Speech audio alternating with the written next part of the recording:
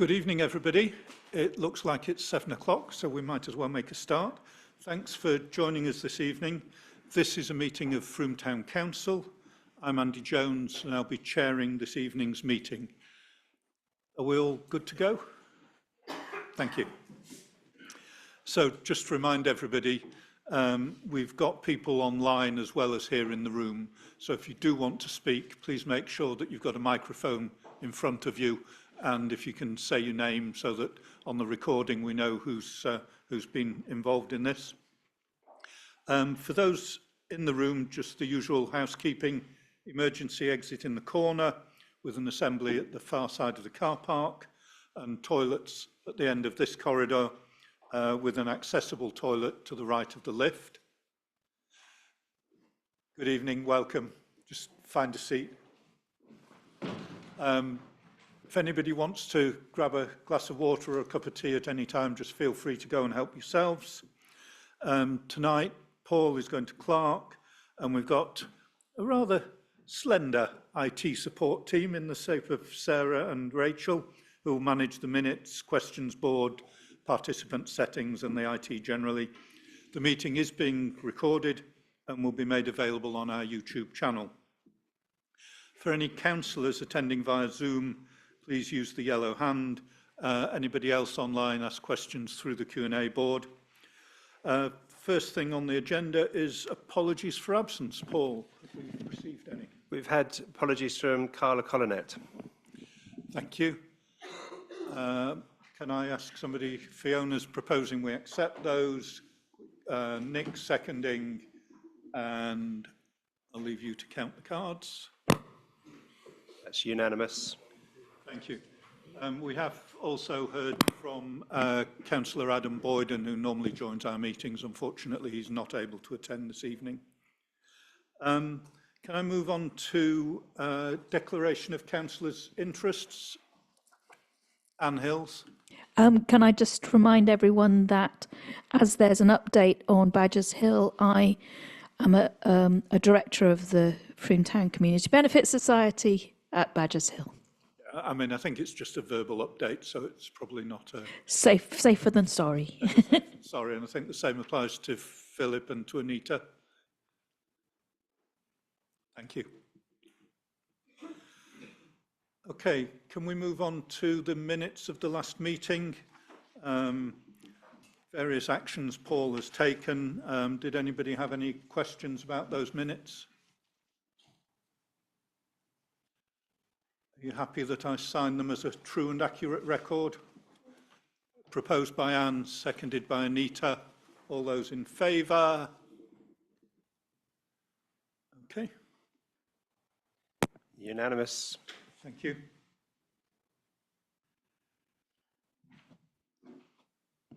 So the next item on the agenda is questions and comments from the public and councillors. We've had a nice written report from Councillor Dawn Denton. Thank you for that, always appreciated. I'm going to start with Nick Dove, who is going to kick off the discussion around the Wesley Slope piece. Yeah, good evening. Nick Dove, Frome Town Councillor, Keyford Ward. I just wanted to raise something that's been brought to my attention. It concerns proposed parking restrictions for Wesley Close, which is just along the Wesley Slope, rather, just along the road from here. A number of residents, constituents, have raised this matter with me, and I have a written one here from somebody who can't make, which I'd like to read out quickly. And it's from Liz Chandler, who's the director of Pure Moves, which has a business adjacent to that. She writes, objection to proposed parking restrictions. I'm the director of Pure Moves, located at Wesley Close, Frome, which has been serving the Frome community for over 18 years as a Pilates and wellness centre. I would like to formally object to the proposed parking restrictions in our area. It's essential to preserve the amenities of parking and waiting for our clients who utilise our facilities. Many of our clients have physical disabilities and mobility restrictions. Wesley Close is a crucial location for these clients, as it's where they park or are dropped off by caregivers and partners who wait during their appointments. The only alternative parking areas are unsuitable for individuals with mobility issues, as access to our building requires navigating a steep slope from a very limited allocated parking or from distant parking areas that necessitate a lengthy walk. Parking in these areas would involve either a steep ascent or a steep descent down a slope, significantly increasing both difficulty and risk of injury for these people attending sessions aimed at improving their physical conditions. We all know how important physical health is to mental health. Additionally, practitioners of our business also rely on this area for parking. Nearby options such as Christchurch Street have 1 hour restrictions, while town car parks are already busy and oversubscribed. I believe that these restrictions will negatively impact Pure Move's business operations and customer service. Thank you. Thanks, Nick. And then I know we've got some residents potentially impacted by this lady in the corner. You can give us your name and... Hi, I'm Maylee Jennings and I live in the old police house on Wesley Close, and I agree with everything that was just read out in the objection. And I, as a single woman resident, really feel extremely alarmed at the whole situation, because part of moving to Frome for me was being part of a community, and everyone has welcomed me in Wesley Close. We all communicate with each other. If there are any parking issues, we all move our cars around to support each other. And if anything, we are much more cooperative in that way than having to move our cars elsewhere.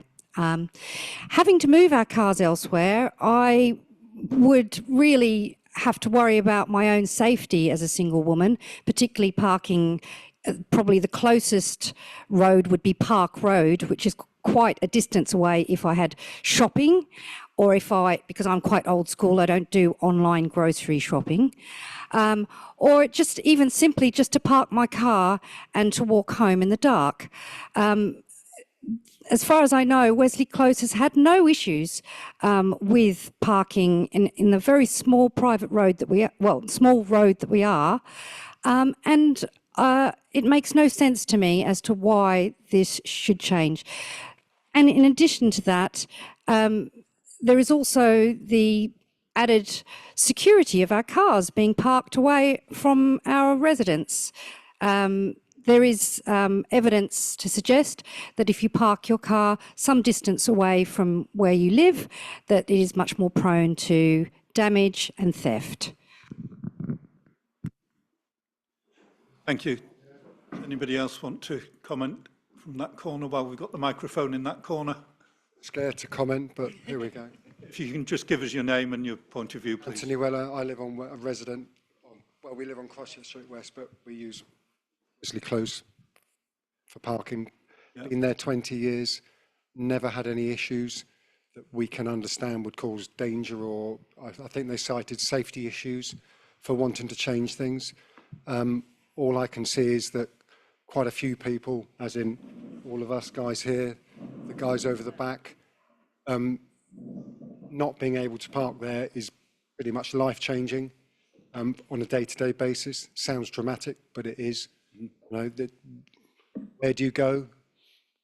May said about parking on Park Street, but you're very lucky if you can get a parking on Park Street, and then you're off to Weymouth, and then basically I've worked out 11 to 12 cars on a daily basis would get displaced elsewhere if they can. But most people I've spoken to don't understand where the safety issues come in. It's never been a problem in 20 years that we've been there. Okay, I think they're regarding it as a commercial road, but it's very much a residential road. Yeah. Okay, thank you. Councillor Martin Dimery. Yeah, thanks to those people that have presented on that. I think with regard to the letter that Nick read out, I'm Martin Dimery. I'm the Somerset councillor for the area. I think I've already supported that particular one, and both those issues are perfectly valid. And if you'd like to get my email address at the end or at some point in the meeting and write to me formally, I'll pass it on with my suggestion that those double yellow lines are not installed. It's not my decision, but I would hope that as councillors we have some influence on it. Thank you. Can I just say one more thing? That there are double yellow lines there that you can't actually see that need to be actually reinforced and policed. That would help anyway. But as for putting more there, it's just, yeah, makes no sense. Thank you. Thank you. Take Fiona, and then I think we've got Mick Dunk online, but Can Fiona. I just ask, where has this come from? And it feels like there's been sort of a bit of a flood recently of changes to the roads in Frome. Is there sort of a pot of money or something? Yeah, why? No, there's no money. There's nothing to do with money. The council have done a review and decided to put when I say the council, I'm talking about the parking department, have done a review and they've decided that's where they want to put double yellow lines. We were not consulted formally on it. What was the review? What was the process of the review? It's done by people that push pens in Taunton. I'm not going to defend them. I've got enough on my plate. Cut out to Mick Dunk's online. Mick Dunk's online. Mick. Hello, can you hear me? Yeah. I was aware that this might be a problem because I have for many years have used the services of Pure Moves in order to stop seizing up. That little lane there, Wesley Slope, I think it would be sensible not to park on the junction as you come down, and that, generally speaking, is a rule I would apply all over Frome. Don't park too near the edge of a T junction. But I think that will restrict, there's a business up there. Further on up, there is other businesses, I think car spraying, car mending. And the only thing I'd say is as long as there's access for fire engines and the parking is sensible, I would support the removal of any extra double yellow lines there, because as we all know in Frome, parking is a nightmare, and if there's any way that we can just leave what's already there, that would be great. And it sounds like Martin would be happy to field your or give you his support, so that's great. Anyway, that's me. Thank you very much. I'm just going to come to Nick Dove, and then we'll go over to Jane for some guidance on what we can and can't do. Yeah, thanks very much. Just really to reinforce, there are existing double yellow lines that stop parking right by the junction with the main road, which should be repainted so they're visible. But this seems ridiculous that this is being, somebody trying to impose this on residents and businesses that operate on there safely and fair. And I'd be grateful if Jane could maybe advise on how we can, as a council, push back with Martin's support to Somerset about this. Thank you. Just before I go to Jane, I see Councillor Shane Collins is asking to comment as well. If we can bring Shane in, please. Yes, thank you, Chair. Can you hear me? Yep. Yeah, great. Just to say, I'm the councillor for Frome East, which is one side of the Butts.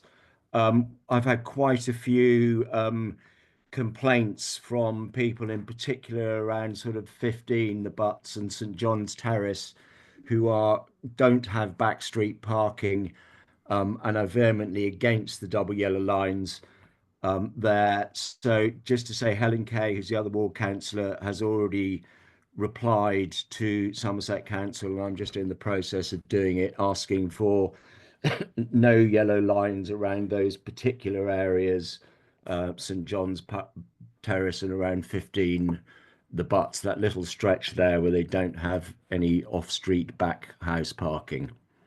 Okay, thank you, Shane.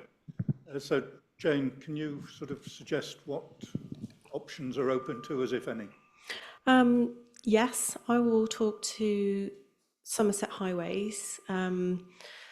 Normally, when they put through amendment orders for double yellow lines, it's because there's been a request from somebody. And it would be good to understand perhaps if there was a request, where it came from and why that request was made, and then perhaps feed that back and look at talking to the relevant parties.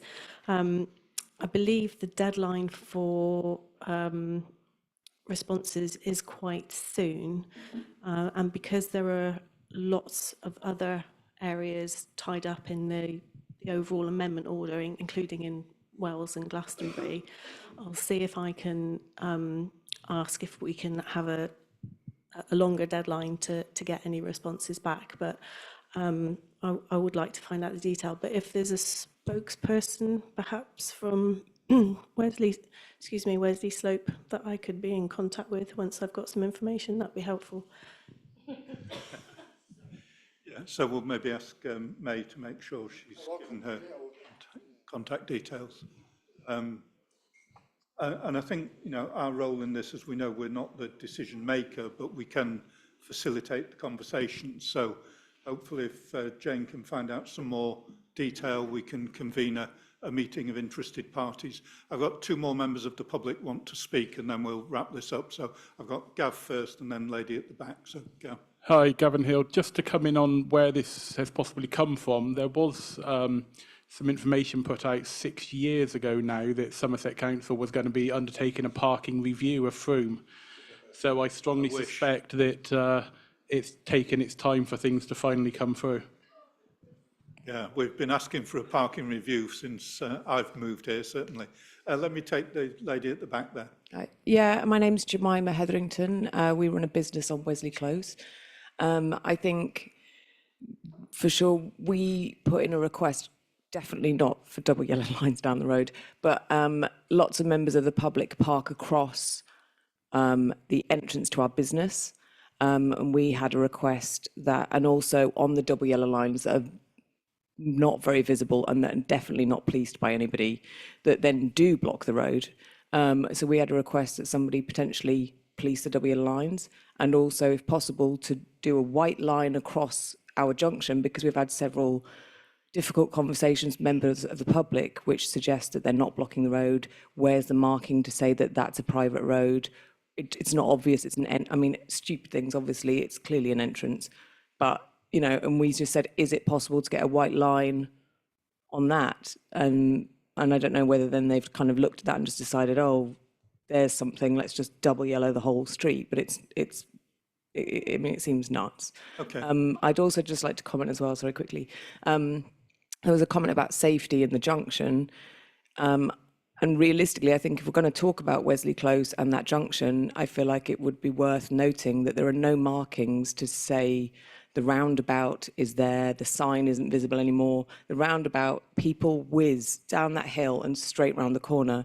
And I think if anybody's worried about safety, realistically, somebody should look at making the roundabout clearer and making sure that people don't speed around that corner. I think this is, if that's for any reason why people have decided that they'd like fewer cars using that, and I don't know what it is, but that would be a more useful use of time and energy. Contribution. I think I'll just take Martin Dimmery and then we'll wrap this up. That this isn't part of the parking review that we were promised. I'm afraid this is something completely different. Yeah, and it's a sort of it's across Somerset. Yeah, we're still pushing for a parking review in Frome. This is, as you say, a TRO that covers multiple towns across Somerset. So action on Jane, and then we'll, thank you. Okay, I know, Bill Lowe, you've got a question for us. If you can find a microphone, please. Selwood Garden Community Chairman. Yep. I think you corrected me last time I came here. Thank you again. I will continue. I'm Bill Lowe. I'm a retired Charter Town planner, and I was the area planning officer during the Trinity restoration and during the construction of the Frome bypass in the mid-80s. I've got reservations about the Selwood Garden Community Scheme, particularly relating to its harm to the plan-making process and the resultant access arrangements that result from that, along with the serious lack of a modal shift away from car dependency. My question, to which I don't expect an answer tonight because there are some serious budget realistic budget implications, is whether the Town Council intends to seek a Rule 6 status at the forthcoming Section 77 call-in inquiry, which is due to start at the end of July for 3 weeks. For the uninitiated, Rule 6 means that you have a seat at the inquiry table, usually with legal representation, and you can cross-examine the other side, the applicants. This is important because it's quite possible that Somerset Council could reverse its previous minded to refuse resolution and actually vote in favour of the original officer recommendation of conditional approval subject to a 106 agreement when it has its special meeting on the 28th of March. The previous minded to refuse was only passed by 7 votes to 5, and that's not binding. A planning decision is only made when it's issued. Selwood Parish Council have told me that they will not seek Rule 6 status, and one of their councillors has asked me, what happens if Somerset approve the application on the 28th of March? The answer is that in this case, the only opposition would have to be mounted by the Town Council and the other interested groups, with Selwood merely acting as what's known as an interested party, who can make a statement to the inspector on the day, if he so wishes to hear them. Somerset's officers are bound by the Royal Town Planning Institute Code of Conduct and would be at the inquiry merely to report matters of fact and not be able to give any planning evidence, and certainly not be cross-examined by the applicants. So, if Somerset resolved to approve the application on the 28th of March, then the Town Council and other interested parties would only have a week in which to appoint counsel, i.e. a barrister, and submit a statement of case by the 4th of April.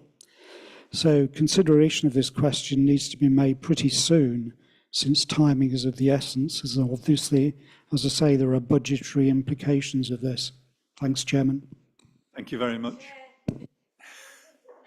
Can I ask Steve Tanner as chair of our planning group to respond? Yeah, thanks for that, Bill. I think, as you rightly said, we've looked into this. The cost implications of being a Party 6 are eye-watering, to say the least. And it's not just the employment of a King's Counsel or barrister. If we're going to fight anything, it would have to be, we'd have to get professional people involved as well, transport assessment, et cetera, et cetera. So I think the cost is probably will run into about six figures at least from us, and I really don't think we've got that sort of budget. As you also say, we don't actually know what Somerset Council's position is at the moment, so there's so many balls up in the air.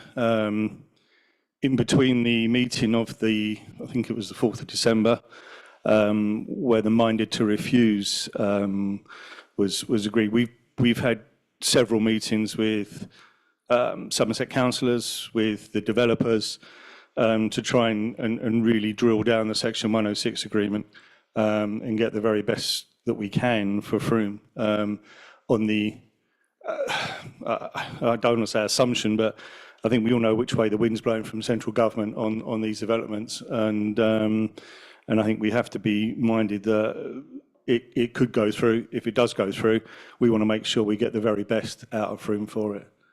So we've been having those developments, but at the moment we'll keep looking and see what Somerset Council do and take a decision thereafter. But at the moment, I don't think we'll be going for a Party 6 position on this one. Thank you. Used to drink them when I was younger. I think Councillor Martin Dimmery wanted to come in on that. Well, I would defer to Bill's greater knowledge on this, but my understanding is the meeting at the end of March, we won't be given the option to pass or refuse. It will be a question of trying to meet, deciding on whether or not we have elements in common that the objectors and the approvers can work on and take to the inspection. Of course, the inspection is rather different because it was called in before we had a chance to make a decision, and Bill rightly says it was a very narrow decision.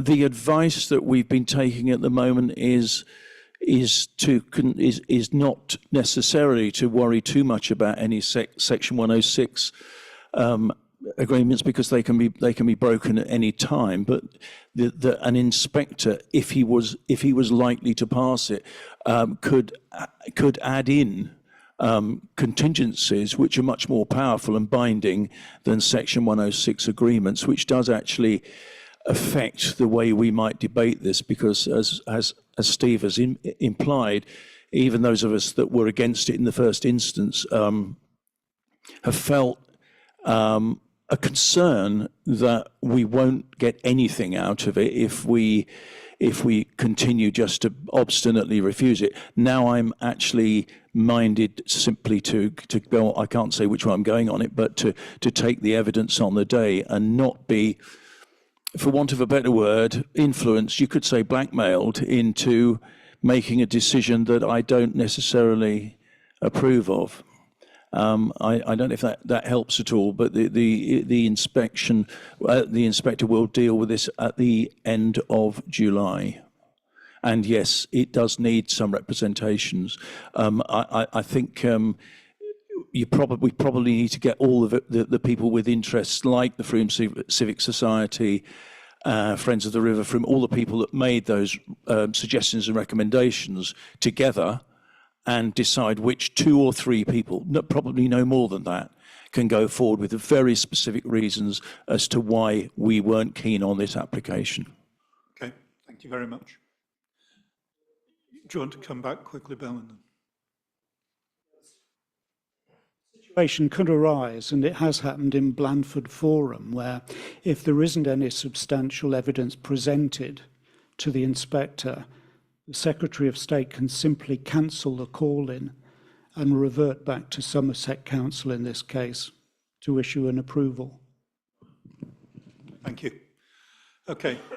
Do any other councillors or member of the public have other things they want to raise? Councillor Anita. Thank you. Surname. Collier. Thank you, Andy. Anita Collier, Frome Town Councillor for Berkeley Ward. I wondered perhaps, I've been looking recently yet again at the situation in Berkeley Road, where there's a place called Pepperbox Nursery. And there have been several issues about the parking outside Pepperbox Nursery over the last 2 or 3 years. The police have been asked to police it more regularly. We've appealed to Somerset, but not for a little while. And I'm wondering if we could yet again, please, write to both the police in locally here in Frome and the traffic team at Somerset, whoever is responsible for that area, to actually try to enforce it, or make other arrangements, or just make it really difficult for people to park, because it makes it very dangerous, particularly for the children walking along to Selwood.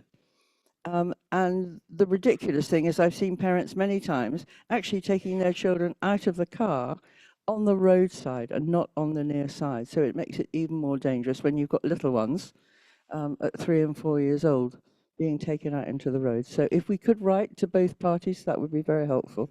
Thank you. Yep. So we'll ask the town clerk to do that.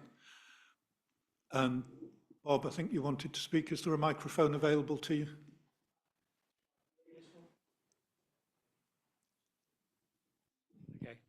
Thanks. Bob Ashford, resident of Somerset Road, and here hopefully for the very last time to talk about the Weymouth Road parking permit scheme. I'll be very brief. As I'm sure you're aware, this council in the autumn passed a resolution asking Somerset to remove the scheme. As a result of that, there's now a consultation, I think it's Amendment 15, and a new TRO, which is seeking to remove the permit parking, remove some of the double yellow lining there, and also include double yellow lining on the existing H bars outside of people's houses.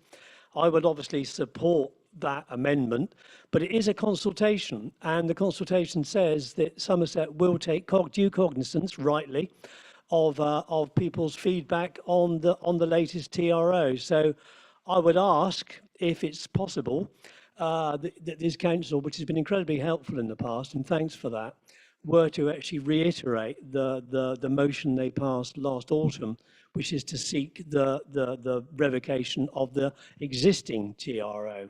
Thanks, Bob. And I mean, some people may say that in the interim, because of the closure of Somerset Road at the end, there has been displacement of traffic away from Somerset Road onto Weymouth Road and Nunney Road, etc., and which is unfortunate for them. But I have to say, you know, when I saw the road closure for 7 weeks, I was a bit concerned. But if there's any way that could be extended for 6 months, I would deeply welcome that, because it's gone back 30 years. It's heaven.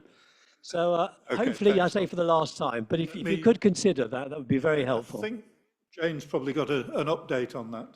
I have indeed, yes. I have I've responded directly to the TRO email that's published, and also directly to Steve Deakin, just reiterating well, what happened, you know, that we asked for it to be revoked, how that came about, a copy of the committee report, and once the consultation closes on the 20th of March, Steve Deakin has assured me that he'll be in touch to liaise over all the responses that have been received, and then hopefully we can take that forward. Thank you very much. Sorry, just a very quick addition. I forgot to add that actually outside Pepper Box, and I say there are already currently double yellow lines, so they really shouldn't be parking. Okay, thank you. Fiona? I just wanted to ask Paul whether you had had an update on the Frome Leisure Centre. Dawn mentioned it in her update, or whether you had either. Dawn? The only update is that Federica Smith-Roberts is going to be meeting with the management of Fusion, and she's not including anybody in that meeting. So we just have to wait for the outcome of that meeting. Okay, let's wait and see then. Thank you. Thanks. Yes, I have had a response. I had a response from the newly appointed head of leisure, Dan Webb, who has answered some of the questions, but not questions that I asked. I'm not being flippant, I'm being truthful. So my action, I just got that at the end of last week. My action is to get back to him and reiterate the questions that we had and ask him to answer those. And we've also invited him down, because he's new in post, to sort of have a look and have a chat with us about all things leisure and culture. Yeah, my backup sort of response was also going to be whether we invite the regional head of Fusion to our next Frome Town Council meeting. But if things are sort of moving, then should we wait and see how that plays out and check in again next month? And if not, go, yeah. Gav? Thank you, Gavin Hill. Just wondering if there was an update on the taxi rank questions from last month. That one's over to Jane, I think. I came. Yes, so it was a little bit complicated. I spoke to Highways about that as well. That area of land is not part of the highway. So it was never Somerset who put the taxi rank markings there. There's no traffic order in place, never has been, that it be a taxi rank, because it's not part of the highway. Obviously, you can't apply a traffic regulation order to it. So I thought, okay, well, I'll have a look and see who does own that piece of land. It's not registered with the land registry. It was never part of the land associated with the Singers development. Unfortunately, that's as far as I got. We're in a situation where there's a piece of land that we don't know who owns it. And yeah, I don't know where to take it from there, if I'm honest. I got stuck at that point. And there isn't really a process whereby, as far as I'm aware, whereby anybody can claim a piece of land unless they can demonstrate that they have been maintaining it for a period of 15 years, I think it is, adverse possession. That's all I've got. Sorry, just to reply to that, I mean, I did go through the land registry myself on that piece and surrounding areas, so technically nobody also owns Waterloo Road or Cork Street. So the arguments could be made on the same areas there. They are adopted as highway, though. That's the difference. So highways have a responsibility for them, because that bit is not an adopted part of the highway. That's where the difference is. So I can continue to think about it and have discussions with people who might know more than me, but I'm afraid that's as far as I got at this point, which I know is not really answering your question, so I apologise. Yeah, thank you for that anyway, but I mean, something surely needs to be done. We can't leave a piece of land just open to anybody, because next thing we know, we could have travellers moving in down there and no one would be able to do anything. Yeah. Yeah, okay. I mean, we know how to contact you if there is any movement on that, Gav. Thank you. Yeah. Okay, I think we can move on to the next part of the agenda, which is to ask Alison Murdoch from the Good Heart to talk to us about the upcoming Kindness Festival. Please.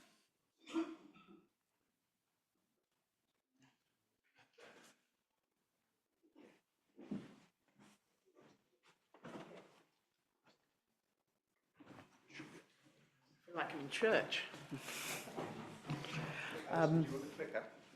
Yeah, thank you.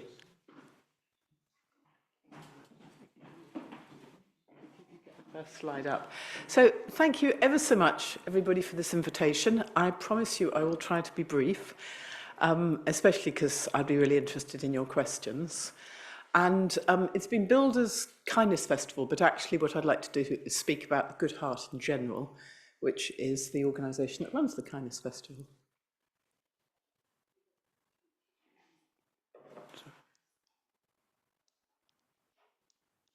I have a presentation. I'll certainly be on pen because if I haven't got it, I'll forget what I meant to say. Yeah, that's not us. Yeah.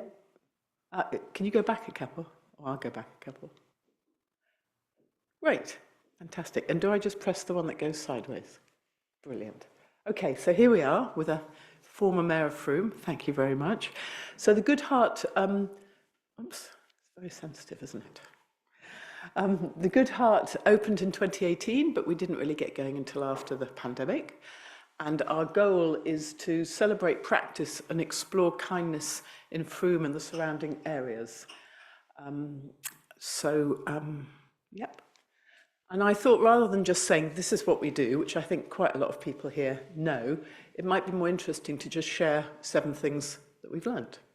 So that's what I'm going to do. So the first one, kindness brings us together. Brilliant thing about kindness is that it cuts across all boundaries. We've had the odd negative reaction. My friend won't get involved because he doesn't think that Frome is a very kind place, which is very useful feedback. But generally speaking, the word kindness comes from the Anglo-Saxon kin, connected. And that's what we've found, is that simply having this purpose around kindness enables us to work with all kinds of different people. And we generally get a really positive response to that. The importance of an open door. People will know that in recent years, an awful lot of doors have closed in Frome. You know, agencies that used to offer an office, a drop-in, have disappeared off the street. Frome Town Council is one of the open doors that are left, so are we. I really hope that developments like Mayday may provide more. And for people who are not comfortable with the internet, people with limited social confidence, people whose lives are chaotic, we really see the importance of being able to come to a place and know that that place is open regularly. At the moment, we're open 7 days a week. Here's our wonderful Vicky Burke, who many people will know. She's been our venue manager for the last year and also running our Tiny Hearts programme, which has been an open door over 3 winters and 2 summers for over 300 families. We run a pay it forward scheme. We're very based on that, and we give away an average of 40-50 meals a month. Over the winter, with funding from Somerset Foundation, we've had an extra 40 or 50 meals a month through our £1 Monday scheme. And the brilliant thing about it is that I don't think we've ever had to subsidise it. The pay it forward meals are paid for by people who come into the cafe. There was a day recently where we got £125 from the customers of the cafe for pay it forward meals, which was quite painful for the chef, who could have done with £125 herself. But, you know, so it's real redistribution of wealth. And there's nothing that gives me more pleasure than people visiting Frome, because a lot of people are visitors, saying, we absolutely love this place. We'd love to have something like this in our own town. And here's an extra 20 quid to feed other people. And, you know, my experience working with street homeless people and things like that is that very often people who are marginalised get offered free meals in marginalised places. And this isn't to knock the wonderful work done by things like Food at 5, but what we wanted to do was offer a meal in a mainstream place, that you could come into a normal cafe environment. And so we're very happy with this. And we're looking at we actually want somebody to look after the scheme, a volunteer. Ideas like giving vouchers to the medical practice, to Fair Frome and things like that, all different ways to make it comfortable for people to come in for a free meal.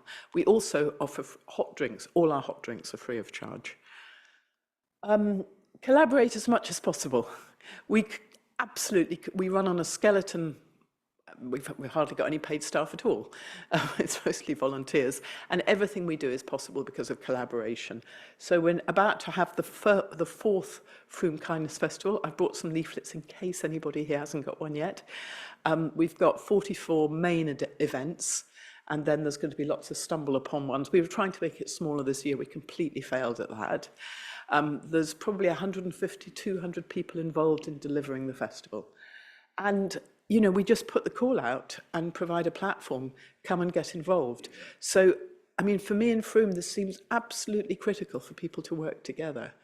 And a non-profit which doesn't do that is basically not hitting the spot, is, you know, really struggle to reach people, really struggle to fulfill its potential and fulfill the aims of the town. But I think I'm speaking to the converted on this one. This was the first year when Frome Rock Choir contacted us out of the blue and said, can we sing at the festival? And it was like, yeah, great. Off we went.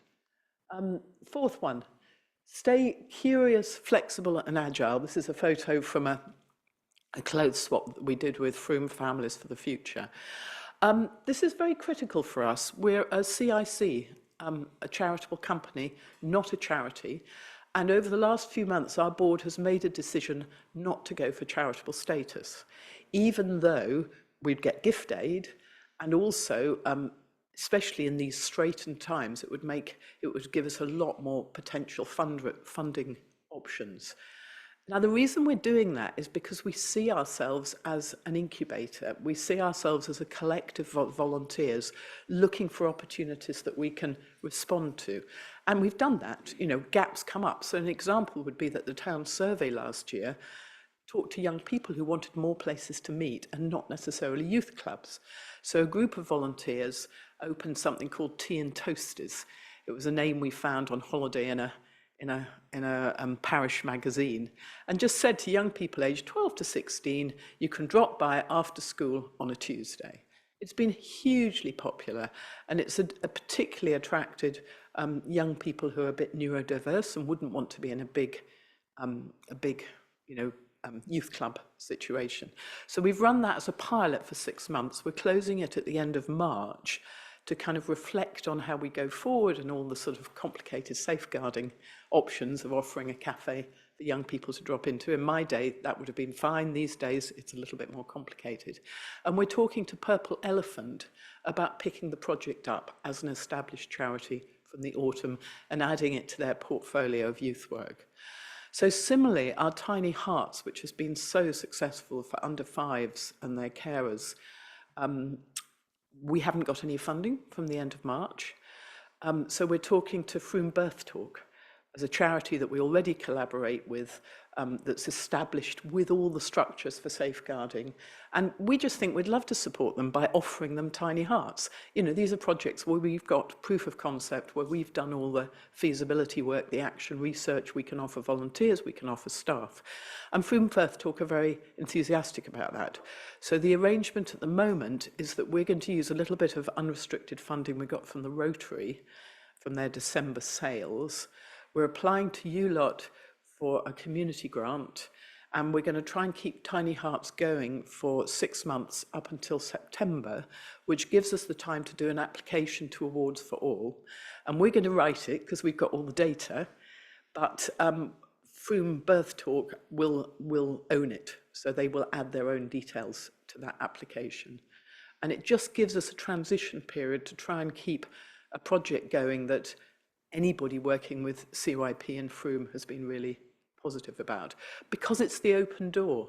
You know, we've connected with so many really underprivileged, disadvantaged families, because, and that builds. You know, one family comes, they recommend it to others. So that's about us deciding that we want to stay curious, flexible, and agile, and that's the best way, in our experience, to contribute to the Frome non-profit scene. Number 5, keep it fun. I think this was our 6th birthday party, also attended by the mayor, and it was a pass the parcel around the Boyles Cross where we gave away free ice cream. It was really fun. It was great fun. And the middle of the pass the parcel, so it was a treat for everyone with the free ice cream. But this is a serious point as well, because we have a challenge in Frome around volunteering. We all know that. And there is a relatively small core of people who keep things going. And that's connected with a service ethos. It's also connected with their financial situation. It may be people who are retired or people who've got enough money not to be working or not to be doing 2 jobs. So how do we pull more people into volunteering? I think it has to be fun. People need fun at the moment. They need to be uplifted. You don't want to label them with oughts and shoulds. They've got to see the payback from getting involved with projects like this. So that's a big one of us. And we're lucky to have had some fabulous people working with us, where we're trying to not, I mean, we've tried for diversity in our workforce and pretty much failed, because they're nearly all freelance mothers with young children. And we work around that. It gets very mad. Half term is a complete dead zone. But, you know, we're trying to make it fun and to respond to what works for them. Number 6 is the personal stories that matter most. I did a funding application recently where I was asked, you know, what's been your greatest achievement? And it has to come back to a personal story. I'd like to share 3 very, very quickly if I can. One of them is a young woman who came to see me in January 2023. She had enormous social anxiety, a raft of mental and physical health issues. Her arms were covered with scars from cutting. And she came to see me one-on-one because she said, I'm really scared by crowds, but I would love to get involved with the Good Heart.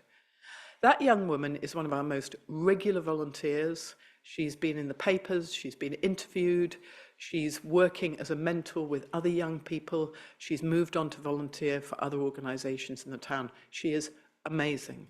So, you know, for me, that's one of the best things that we've done. There was another young woman who approached us as a single mum, and there was an incredible quote from her where she said, you know, I love coming to Tiny Hearts. It's often the only time that I see another adult. She talked about the difficulties of being involved with the National Childbirth Trust, because she was so embarrassed. She went to other people's swanky homes, and when they came around to her, they were all sitting on her bed. And she progressed, became a volunteer. She was actually the one who recommended us for the Radio Somerset Community Group of the Year, which we run in 23. And she went on to actually have paid work for us with us before moving out of Frome. And then a third one is another young woman who came to Tiny Hearts as a single mum, teenage mum, with a baby, living with her mum, no contact with any other agencies. And she's now really kind of engaged and integrated with other agencies in Frome. She volunteers at the Kindness Festival every year, absolutely insists on it.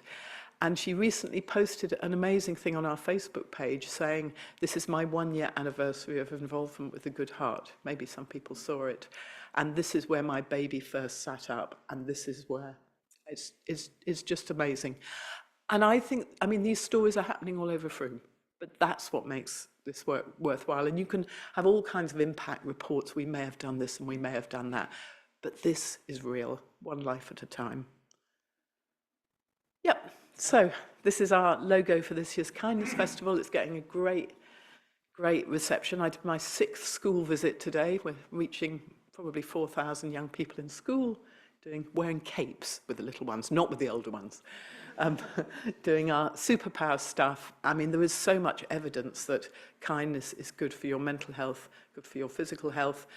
It's good for you if you do an act of kindness. It's good for you if you receive one. And simply witnessing an act of kindness has a ripple effect. And this is absolutely not unique to us.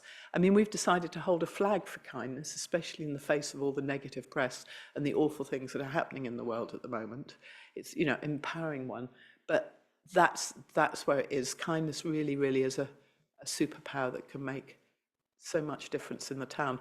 I did talk to a previous mayor about a little dream that, you know, there could be a notice as you come into Frome, Frome is a town of kindness or something. But then we discussed all the difficulties that would come from that. Can you imagine the press you'd get anytime you did something people considered was unkind? But I would really love to see, you know, kindness, this weirdo world.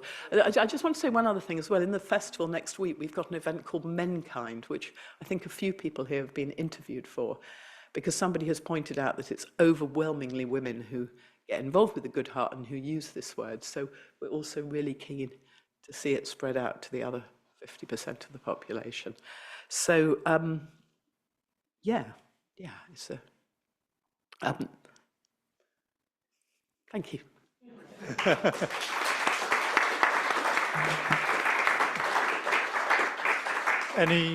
Any questions for Alison? No? I think it's really kind of you to come along this evening, and I'm looking forward to engaging with the festival as best I can. Thank you very much. Yeah, if you haven't booked for things, please do. we need people to come, and if you are coming to things, I hope you have a great time.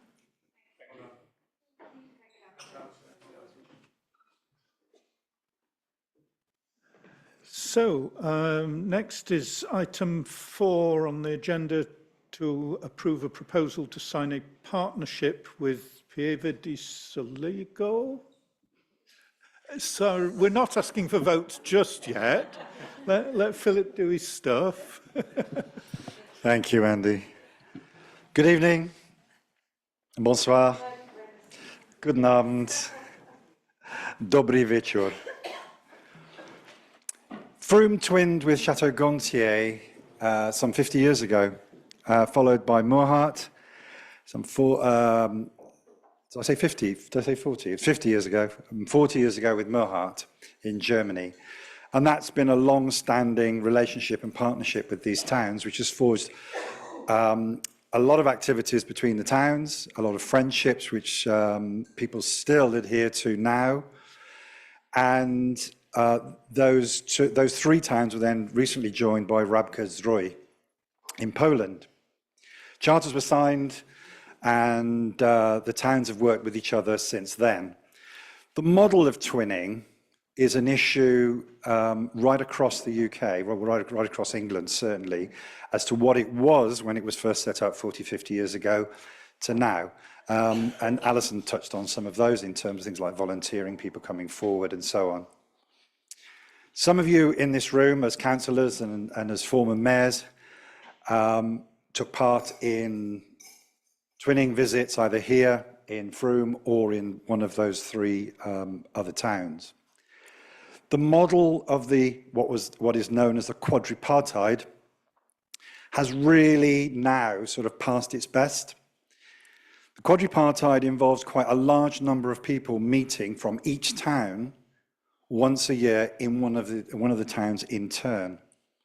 And as I've done a lot of reading on this, similar quadripartites or partite meetings have been taking place across the country have actually faded as well. And new models are being sought. The proposal before you this evening really is to look at a partnership approach that will do hopefully a number of things. One, it doesn't necessarily mean that there would be a quadripartite model. When we talked about this with the Italian town, Pieve di Soligo, it was discussed that we might call it a multipartite, and I thought, well, where do we go from there? It just keeps getting bigger and bigger and bigger. The partnerships really should involve a lot more of our community. With the best will in the world, the Twinning Association here in Frome, some of those people who are still part of that were there 50 years ago when the first partnership was set up, first twinning was set up with Chateau Gontier. And they're finding it much more difficult now to travel, to host visitors from the other towns, and to engage with people within the town, within our community. And so the model I'm proposing is that we form partnerships with these towns, which we will build through partnership through organizations within the community that we have. Organizations such as schools, commerce, sports clubs, etc. Some of those have already taken place. The football tournament last year in Germany, where Frome Town United sent 2 teams, and I was lucky enough to be there. I'm in discussion with the music department, with Josh Hampson at Frome College, planning to take a group of year 12, 13 students to either Chateau Gontier or Moorhart, choirs in Frome to re-establish those partnerships, and commerce as well. Pieve di Soligo is a town which is just north of Treviso.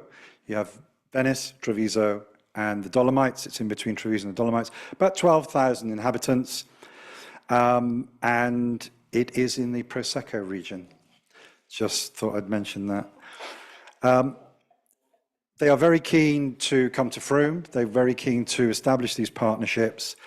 And the one thing that they're in the Guinness Book of Records for, there are probably lots of things, but the one thing they're in the Guinness Book of Records for is that they host a festival every year. And part of that festival is a 15, just saying this looking at Nick, a 15-meter spit, which contains a huge amount of meat. My wife and I, Karin, were very lucky to be there in October. We went of our own accord, and it was this Moorhart band were there performing with the Pieve di Soligo band, and discussions took place, and they were very, very hospitable. As I say, they hope to come to Frome very soon, and they're very much looking forward, if this goes ahead, is to have a partnership with Frome going forward. Okay, thanks. I can see Fiona and then Nick. 2 questions. Where did this partnership with Pieve di Soligo come from? Did they approach us, or? The partnership came from Moorhart, in that Moorhart had been trying to find a partner town in Italy for about 7 or 8 years. Okay. Going through the official channels didn't really work, or didn't find anywhere that they felt was suitable. It just didn't match up. And then through a contact, through a restaurant, an Italian restaurant in Stuttgart, they mentioned Pieve. Official contact was made, and then there were, between the 2 town councils, there was a joint visit in Moorhart and one in Pieve. And then it was put forward to all of us at Chateau Gontier quadripartite in June last year. Okay, and then the other question is that obviously we have declared a climate emergency, and this could encourage flying, which feels slightly at odds with our values. Is there any way in which we can have in that people come overland by train if there is travel for this? I'm looking to go over again, and in fact I was talking to Bill Lowe about something related to this. In fact, I'm travelling by train. Excellent. And Can we request that they come to us by train? I can ask them, yes. It does feel a bit odd if we're yeah. trying to, if it would lead to more air travel. I'm not sure that feels It's particularly... quite feasible and manageable by train, yeah. Okay, well, if we can make that a stipulation. I won't ask about the spitting. Just you say in your first paragraph, Phil, Frome Town Council helped to manage twinning by providing some staff hours and a small budget. Can you quantify that? That was the case, as I believe. Okay. I forget the person's name. that some hours were allocated. Viv Whitaker. Okay, so going forward, because we can't go backwards, what is the implication on staff time or funding? The implication basically is virtually zero, because the idea of moving towards partnerships is that we act as facilitators to bring groups together. So, for example, the music department of Frome College, Merhart, Chateau Gontier, and Pieve di Soligo all have music schools. They're very, very keen to link up. We put them in touch, help them out with contacts, language, if that's a requirement, and then we basically just say, over to you. Thank you. Okay, any other questions? In that case, can I look for a proposer? Polly? Oh, sorry, Polly.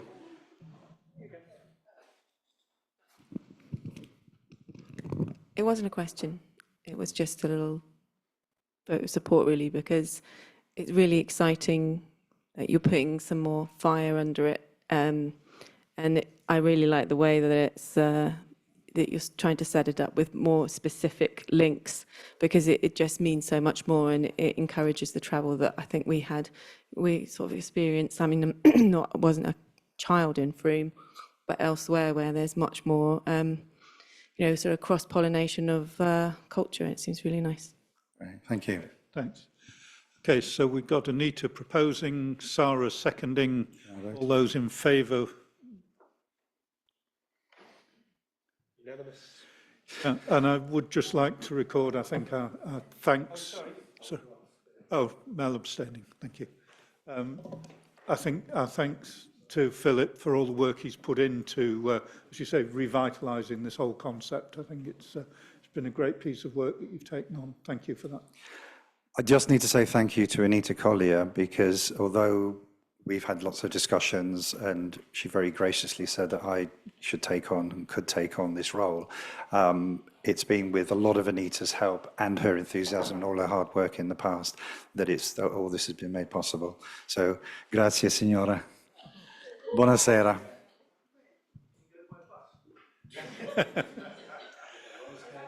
Okay, thank you for that.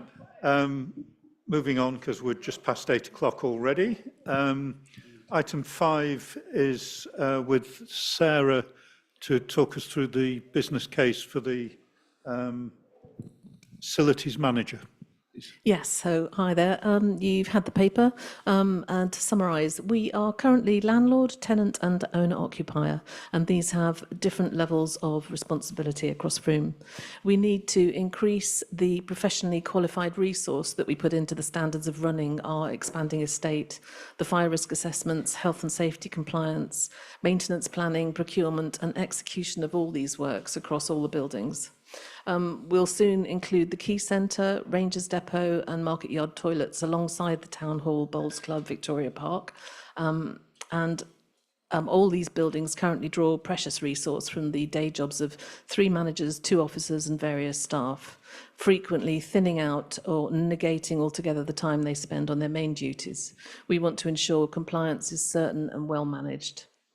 We have calculated that 30 hours rather than our estimate of half time in the budget because of getting the Quay Centre finalised and the toilets. When we first set up this budget of a half-year post, we didn't know for sure about the Quay Centre and we hadn't had the toilets on licence.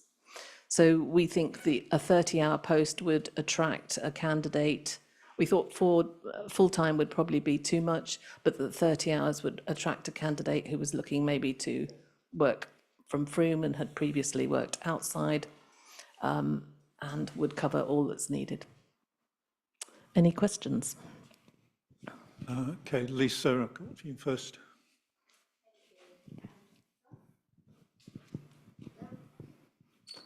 Give it a minute, Lisa, it will warm up. Is that one better? Yeah. There we go. Yeah, thank you for that, Sarah. I can see how having more assets would certainly mean that we need to have more people to manage it. What I didn't see in the proposal was anything to do with income generation. I know that this is as a site has the potential to bring in income. And whose role would that be if it's not in this job description? For the Key Centre? For Town Hall. Town Hall and the Key Centre. And perhaps the Key Centre and any of the other assets, should we decide to use them differently? The Key Centre will go with the coordinator and the communities team in terms of understanding what community groups want to use it and what rates can be charged. The Town Hall remains with Rachel in terms of marketing it and the rates that we can charge here. It's very busy, as you know, at the moment. Mm-hmm. You haven't, yeah, that's it.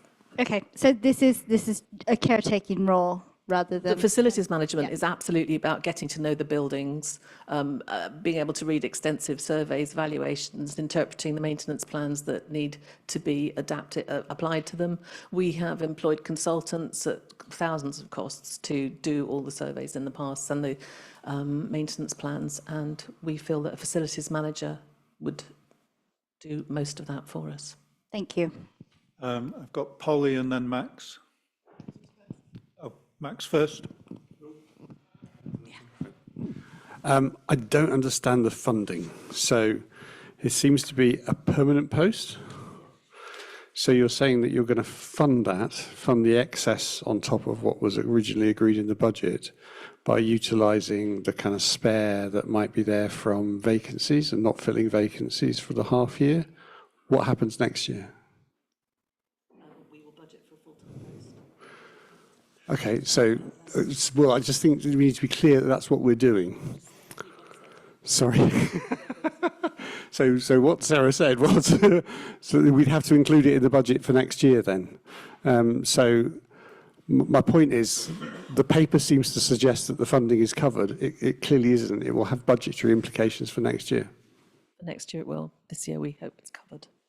Can I just understand, but the way the paper's written, it kind of says like, well, we've got this covered because we're going to utilise vacancy money, but it's clearly not the case. You will need to fund it from the budget for next year. And the kind of question will be, where does that money then come from? Okay. I think, Paul, did you want to come in on this? Yeah, it's a fair point, Max, but every permanent post that council approved will have an ongoing cost until that post doesn't exist anymore. But good to clarify it. And we can confirm that next year we would be building it into the budget. Yeah, okay. With potentially some kind of precept increase to do that.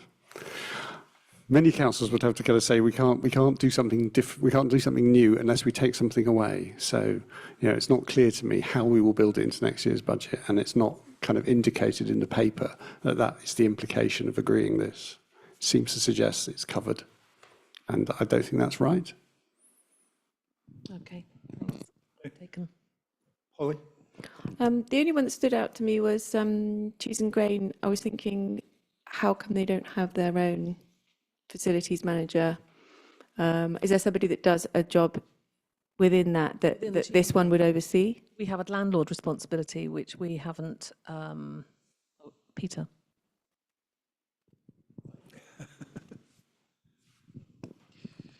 At the moment, the role in terms of liaising with our tenant and also liaising with our landlord, which is Somerset Council, rests with me, and I get involved with all of the negotiations associated with amendments to the lease if they're required, etc. So the anticipation is that if you agree to the appointment of a facilities manager, that responsibility would transfer to the facilities manager. And Fiona? I completely see the sort of the case and the need for it, and I think in many ways it does make sense because it's clearly a very specific skill set that, as you say, is being spread across a number of people at the moment, and I can see the sort of the need for those specific for more because we have them already, but for more of those sort of specific skills. But it is quite a big change to me. It does feel like it's a significant post. It's a manager. It will change line management as well, won't it? Sort of in terms of who reports to who. And as you said, it takes things out of people's. I'm not sure quite how it works because you've got, as you say, you've got sort of. I'm presuming it's. I'll say roles, not people, but you've got communications manager, environment manager, and deputy town clerk that it takes responsibilities from. So does that then change their job descriptions? Because, and how does that work? Is there sort of a process around that? Paul, take that one. Just, it feels like a very big change is what I'm... I don't think it is a big change. I think, as Peter's just described, there'll be some members of staff who would relinquish some of their current building responsibilities to create one post of responsibility for all of them. The process involved is up to me as a head of staff to ensure that staff are engaged with and discussed with. I don't think, well, this report isn't asking you to approve any change in line management. And that's my responsibility anyway. Yeah, no, I'm not sort of saying, I guess I'm just saying it just feels like a big change and it does feel significant. And I'm also sort of, I guess I just wonder what the process of how this role came in, because I was also expecting to see something that was sort of, what Lisa was saying is also this bit about sort of, is this for sort of the buildings itself and then the internal bit will be sort of managed differently? Is that what we're saying? So this is about the maintenance of the buildings, the bricks and mortar, essentially, is what we're after here. Yeah, it's making sure that our in our different roles as owner, occupier, tenant, and landlord, it's ensuring those three roles with regard to all the buildings. First off, we're compliant with legislation, which the key centre example is given the number of people that are going to come in and out, I think is a really important thing, just making sure all the fire stuff works correctly. That's one thing. So there's that area of legislative compliance. The other area is around all the legal side of things that Sarah's struggling with at the moment, as well as everything else she's got on her plate. And then the third element, as we put in the report, is about ensuring the buildings are kept up. The stuff that goes on inside, to answer your question, continues unchanged, and we'll establish a system for that when we get to take on the key centre. Okay, I'll take Mel, and then I think we can try and move to a vote on this. I don't think there are too many strong arguments against this. And also we're moving from 18 hours a week to 30 hours. But I think one or two people have some pertinent points in terms of taking on new staff without knowing exactly where we're going to go subsequently, which we probably need to take into account in the future, because we can't continue to keep adding people onto the staff base. So just kind of, it's something that we need to bear in mind and actually have a bit more clarity in terms of where we're going to go to either get more efficient or more effective in the way that we work. Okay, thanks. Can I ask if there's a proposer for this recommendation, please?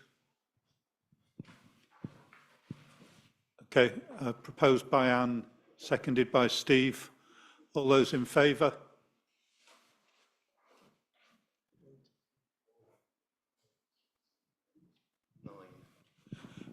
Those abstaining?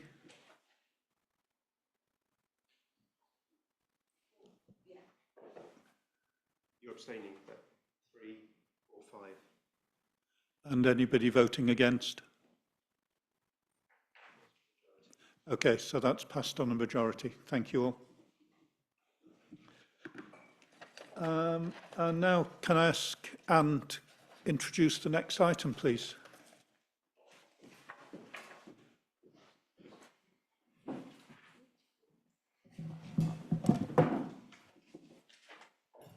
Thank you.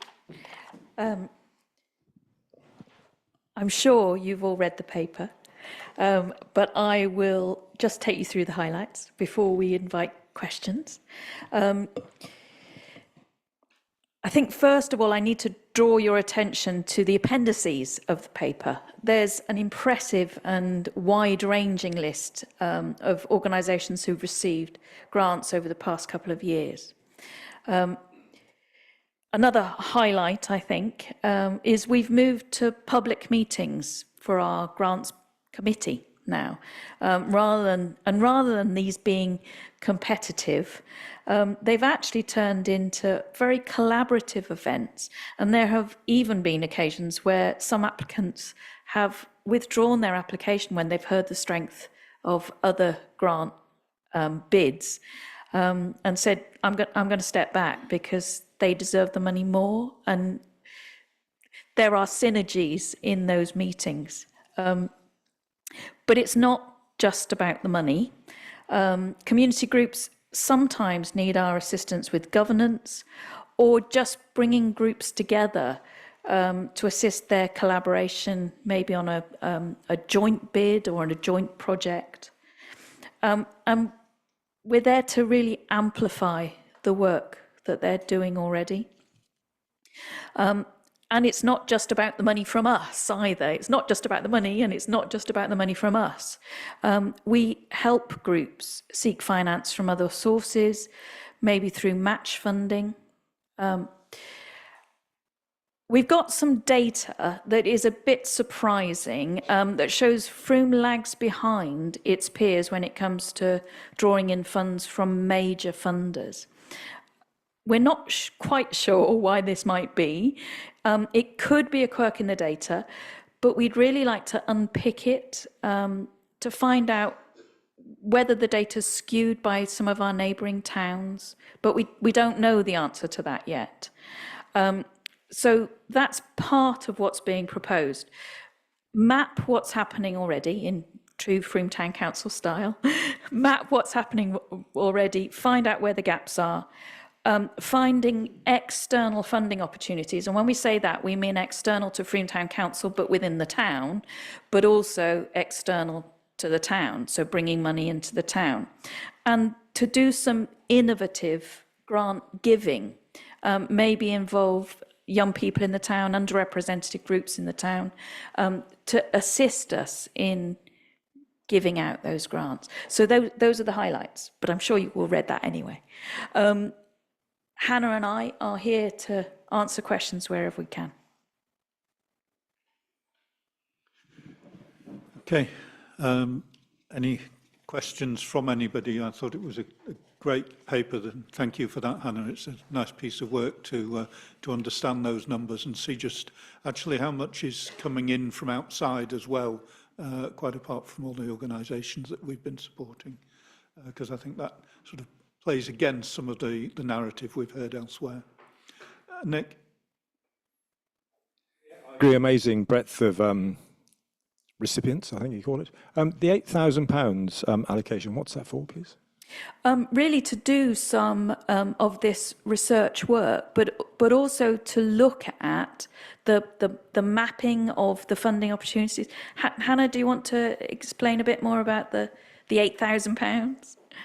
Yeah, so the suggestion is that there's kind of three main parts of the next steps. One being to really understand what organisations need and what their gaps are. We think we know, but to be sure. The second part, as Anne said, to understand better what the external opportunities are, because we'd started looking at this thinking about, let's think about what kind of structure a Frome fund might be, but it was a bit cart before the horse, and actually jumping to a solution, which we are inclined to do. Yeah. So, and then that third part, as Anne said, trying to be more innovative in some of the grant making that we're already doing with our Frome Town Council grant money. So the first two parts of that are quite intensive pieces of work. So the mapping and the scoping exercises. So the idea would be to commission that work out. Yeah.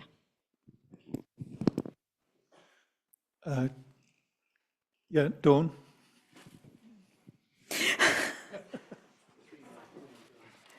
Teamwork.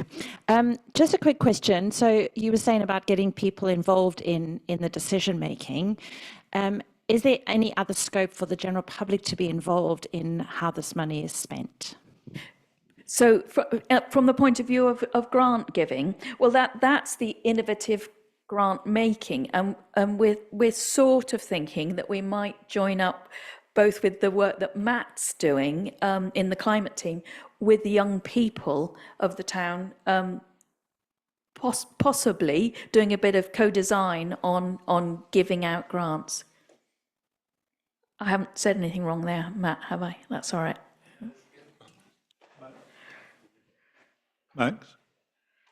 So I sort of lack evidence for this really, but Is it the case that what we're doing essentially, so we've just talked about putting a budget pressure in for next year that we haven't necessarily funded, and that will need to kind of come from somewhere. I think if we probably looked at the direction of travel in terms of the way in which our budget is spent, we have probably given out less over the last 2 or 3 years, year on year, through grant giving. And we've grown our establishment quite significantly. Right? So I just think that's, again, I don't really have the figures in front of me, but I kind of think that's the case. Are we saying that what we're actually trying to do here is to move towards a kind of new model, essentially, where we give out less, but we try and support the organisations to leverage in more? Rather than us becoming the source of funding, what we're trying to do is to support those organisations to find funding for themselves. So is that a direction of travel? In a quick answer to that is yes, but added to that is in the paper when it talks about it's not all about the money, and what Hannah and her team are already doing is supporting organisations when money is not the problem. Money might be part of the problem, but it's actually governance and structure and getting their policies and procedures in place. So, but yes. And is that a co-designed approach? Is that what they're saying they want? We don't know yet. That's the longer answer. So the short answer is yes, but the longer answer is that's what this work needs to do to find out, is that the right direction of travel? Okay. Because the other thing I would add to the direction of travel then is that we should be really clear that the grant giving we do, or indeed the support that we are giving to organisations, is the support and the grant giving that supports what we're trying to do as a council. Absolutely, in all of the terms. And I hear that, but it's sort of lacking. So I think we need somehow to say this is the new approach. This is the way we're doing this, because I think the publicity always is like, the grant's gone down again this year, or the amount that people can get has gone down again this year. So we need to be really overt, I think, about the things that we're doing. Can I ask Hannah just to come in on that before I come to... Just a quick point. It's been going up each year because we recognise that the community organisations have been more in need, so the pot has been agreed to be larger each year, just as a... First year, we really very clearly took out quite a lot of money from community grants. I remember that very vividly. Yeah, halved it almost. There was a big drop and then it's climbed back up. Maybe I'm just thinking the more recent years. Fiona. Can I just, it's sort of slightly answering Max's question, because I've sort of been involved in some of these conversations here. And I think there's been sort of two main sort of drivers behind this. There's a bit of a rethink around this bit of work. I think the first one was the sort of identification that the grants committee was sort of made up of a small group of people of a certain demographic, and that was not represented the town, and we wanted to actively look at participatory grant making. So that has been like part of it from the beginning.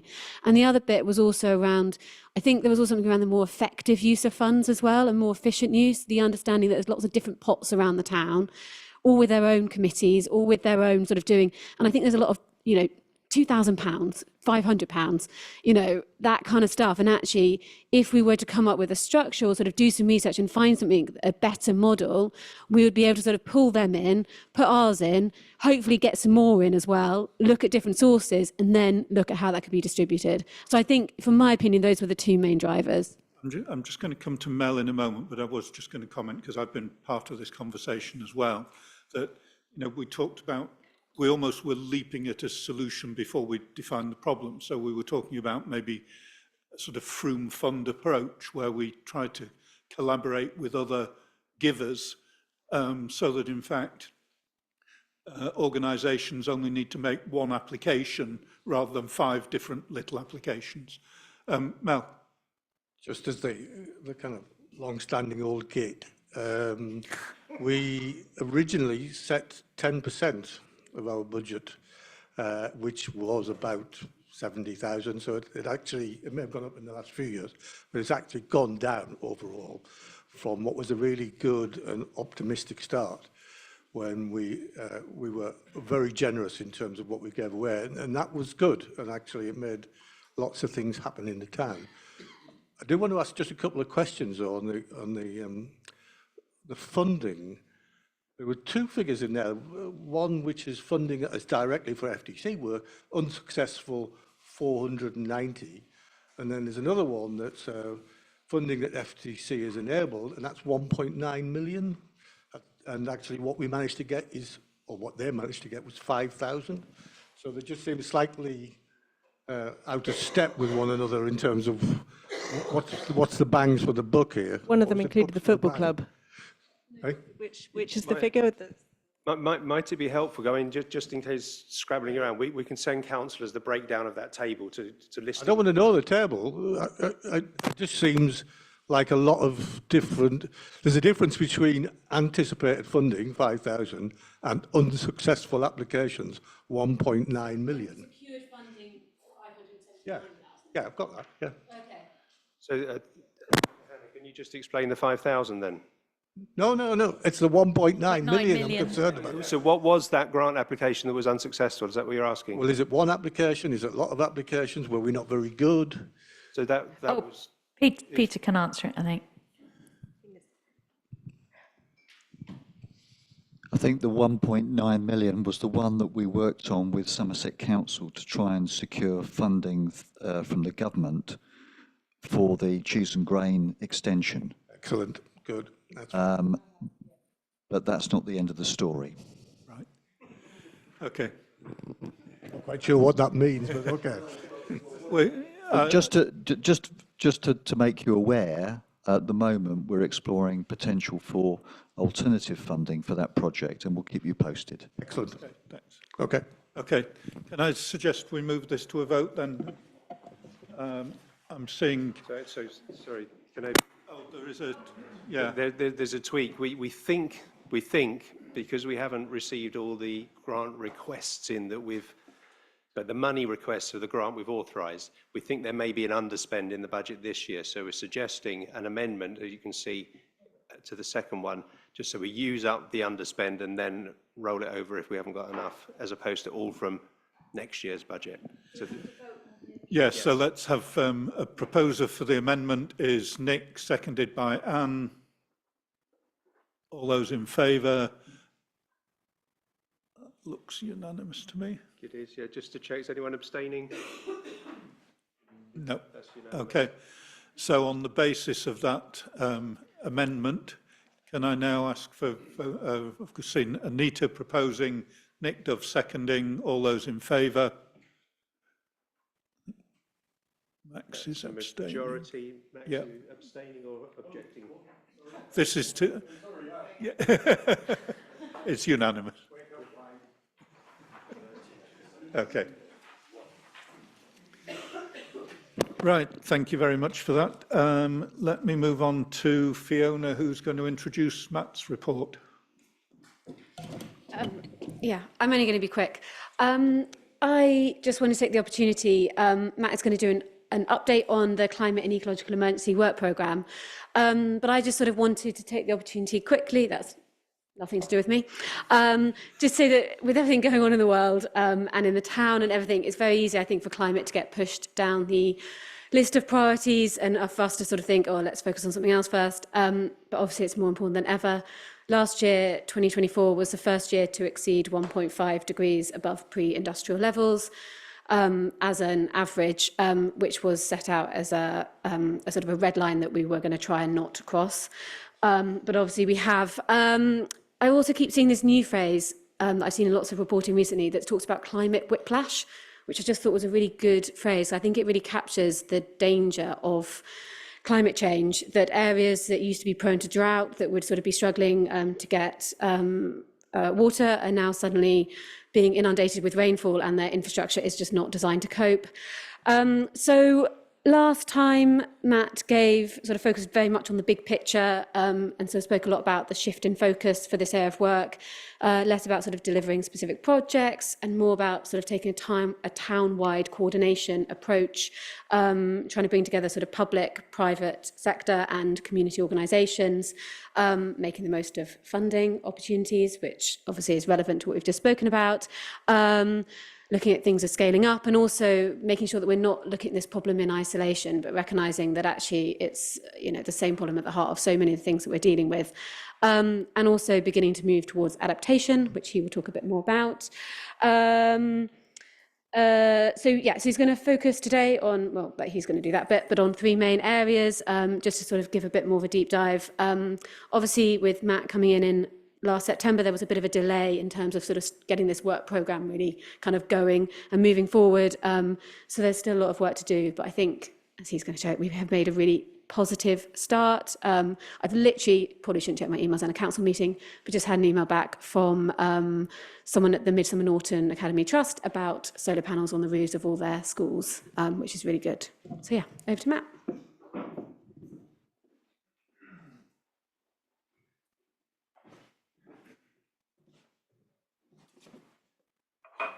The clicky thing. Thank you, Fiona, and good evening, everyone. And thank you for putting climate back on the agenda. That's brilliant. I've nearly been in the role 6 months now, so that's absolutely whipped by. But it's been really good, and it feels like, especially in the last 3 months since my last update, that we've started getting some traction, and things are really happening. So that's great, and I'm really happy to do this update this evening. So yeah, the work programme for the climate emergency is really broad, and there's a lot in there, and we agreed that it'd be good as we get started to prioritise and focus in on sort of key areas and not try and do everything at once. So this doesn't mean that the other things in the work programme are going to be neglected or drop off it, just that we're starting with these three areas to begin with, to get these things rolling. So that's adaptation, which I sent an email out today, so hopefully everyone's may have seen that. That's a workshop and work stream. Renewable energy, starting with hopefully lots more solar panels for Frome, and then energy efficiency, which is also homes and retrofit. So why adaptation? When we think of work on climate change, it's often mitigation, and historically a lot of the work has been mitigation, and that's all about reducing emissions.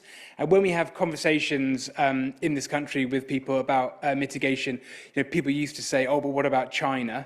And obviously nowadays you might be more likely to say, well, what about the United States? But there always seems that there's a bigger emitter, and why should we do anything?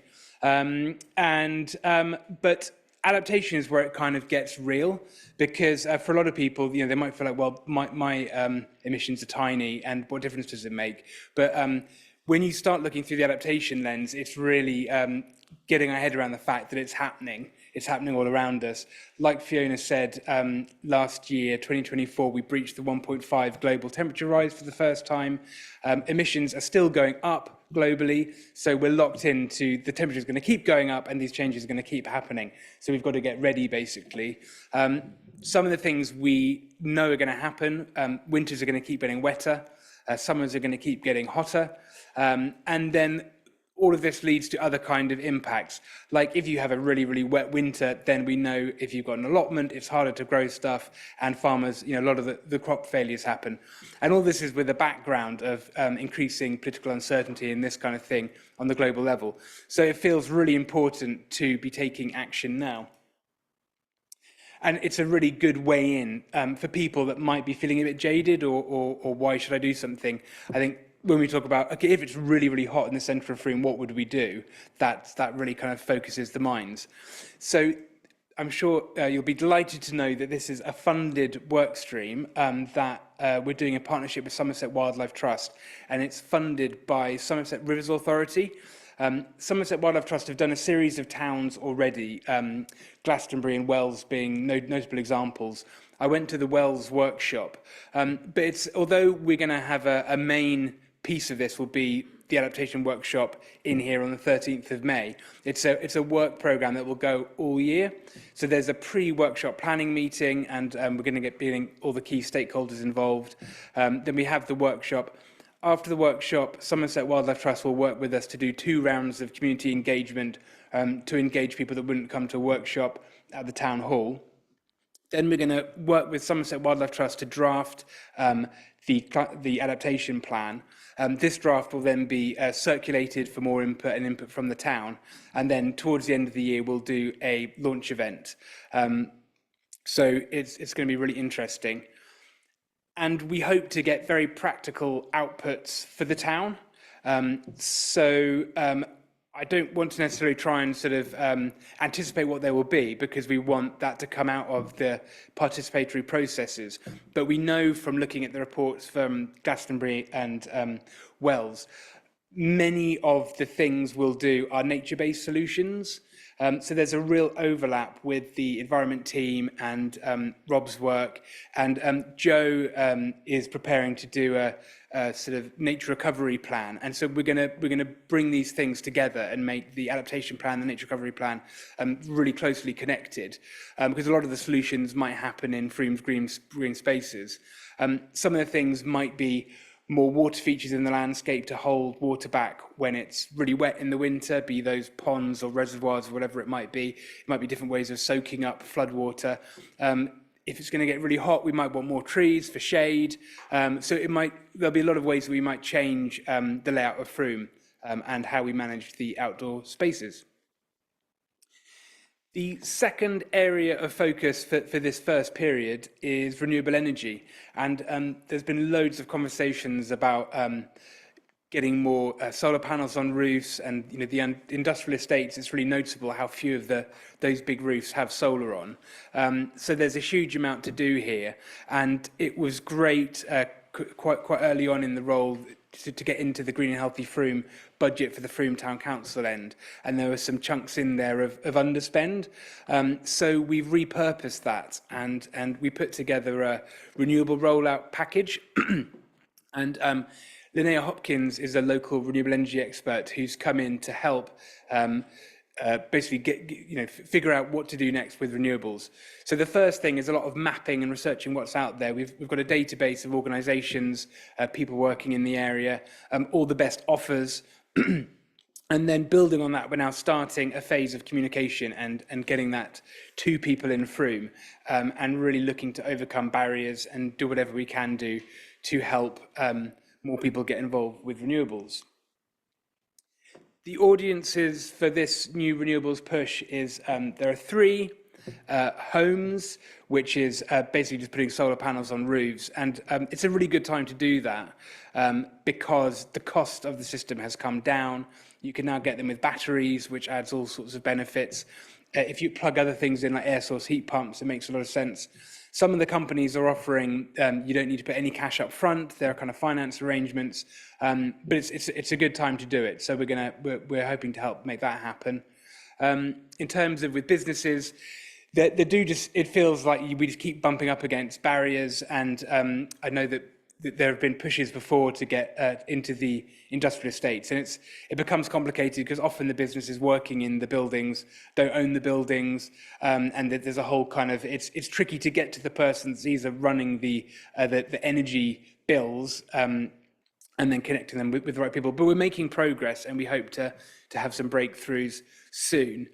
And then the third audience is community energy, and everyone will be very familiar with the amazing work of Freeco, who have had great successes with the cheese and grain and free medical practice. And we're doing everything we can to support Freeco to increase the capacity and do more. Creating offers where the community can invest and own renewable energy assets, especially big ones, is the preferred way of having more renewables in town. Because the bigger systems will actually, they won't just bring energy bills down, they'll also generate revenue. And there's really interesting examples around the country. In Bristol, there's a big wind turbine that's owned by a community there, and it generates revenue every year, which can be redistributed. So the community route is the preferential way to go. So we're doing everything we can to work with Freeco to do more of these community projects. We have a home energy event scheduled for the 20th of May, which will be in here. So that will be really good. And please do point people in our direction if you're having conversations with people who either have concerns about climate change or interested in renewable energy. We have the capacity now to really offer that support. And we'll be doing more of these events, but at any time, we're really keen to hear from anyone who's interested. We've been having lots of conversations about how do we make it a movement and not just talking to individual households, but linking up with Transition Streets and Frome Neighbourhood Network and getting a sense of we're all doing it together. There was some really interesting research done that showed that if you want to get, if there's a household that isn't recycling, how do you best motivate them to start recycling? And the best bit of information you can give them is to tell them that their neighbours recycle. And then they're like, whoa, okay, I should be doing it too. And we feel like we're looking at what are the ways that it's a collaborative movement and we're all together insulating our homes and sorting out the lofts and maybe even putting solar panels on the roofs. And then the third focus area is retrofit support. And again, this is coming from repurposing Green and Healthy Frome budget. Sally Richards, who was leading on retrofit, moved on a month after I started in the role. So largely from her salary costs, we've increased the days of Caroline Weisblum, who I think most people in the room will know. And she was working, she still is working 1 day a week coordinating the energy advice volunteers. So she's got lots of experience in Frome, talking to householders and helping people make their homes more energy efficient. And the first thing she's doing is going back to the list of 60 homes which Sally assessed. And we're really trying to figure out what happened to those homes. Have they done something? In many cases, we know that they haven't. And we want to really understand what the barriers are. And we've got some. We know what a lot of them are. It's really complicated retrofitting your home. It's hard to know who to do it with. It can cost a lot of money, and people, I think, are naturally hesitant to do this. So it's brilliant now to be sort of ramping up the support we're giving, and it will be a different offer. So quite a few people that we've spoken to have said it doesn't matter how many times you text someone or email them. They're not going to move £20,000 plus out of their savings account and redo their home. They need to have a conversation with someone that they can really trust. And so we're feeling that home visits, meeting people, will be a really good way to do that. And always emphasising the benefit for the homeowner, how it will bring bills down, make the homes, the whole healthy home ethos that'll make the homes better to live in, increase the energy rating of the home, better for selling and everything. So with all of this, we're keeping our eye on the targets that have been previously set. Net zero by 2030. It's undoubtedly ambitious and it's getting close, but it could be done, especially if we really ramp up now. Some of the things that we'll be looking at, just solar on every available roof, and it's a really good time to be doing that. It's great to be going back to previous. We got some feasibility studies for wind. I think Anna Francis kickstarted that. Nikki Brain was working on it too.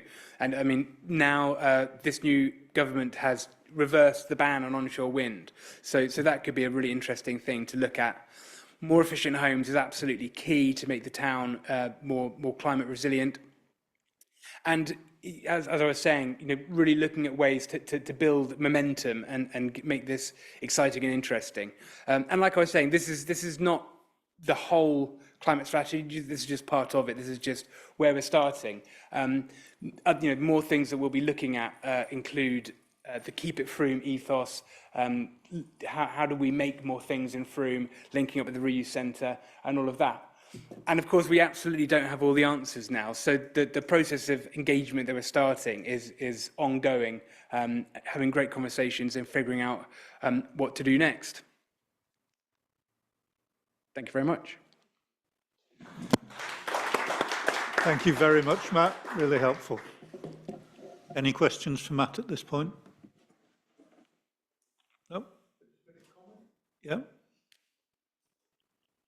I'm glad to hear that we're making some changes, because when I was putting solar panels and battery on our roof, and we're reasonably savvy, it's just like a step into the unknown.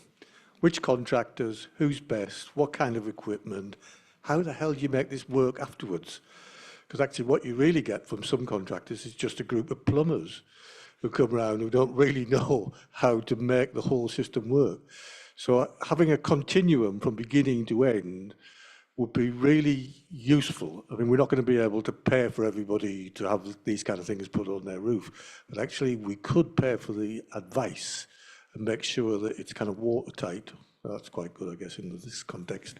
But it's really important because it's just that knowledge, that little bit of knowledge and a little bit of security would have moved us along quite a bit quicker, for example. So thanks. Thanks. Nick? Did you want to come back on? I was just going to say that I think it's a really good point because it can feel a bit like the Wild West out there, and undoubtedly there are, there are cowboys out there that are selling not great systems, and they just sort of whack them up, and then you don't hear from them again. And we really want to help people find, where possible, the most local sort of installers, but also making sure they're certified and all the rest of it. And we're obviously being very careful that we're not endorsing any one company over any others, but just to have a sort of short list that we can signpost people to. Thanks, Matt. Really interesting, really challenging area, I know. And I mean, to echo Mel's point, I moved to Frome 12 years ago and had a house built with all the renewables on it. 10 years later, I bought a brand new house in some other part of Frome. I sold that one. And it had a gas boiler, I had a bind. So it's the planning system that needs, I know Steve's been trying to work with to try and influence this, but that's a really important area we need to get into. I'm disappointed to see this government have rowed back again on gas boilers being banned. I think when you listen to experts talking about the most effective way of trying to reduce spills, it's insulation. And I know it's not very sexy and it's not a lot of fun, but I noticed I didn't pick it up in your. So that falls under retrofit. Okay. I mean, the cost is a huge thing for people. I mean, I think 15,000 is about the average price for a full system. I'm sure Mel probably paid more in Beckington.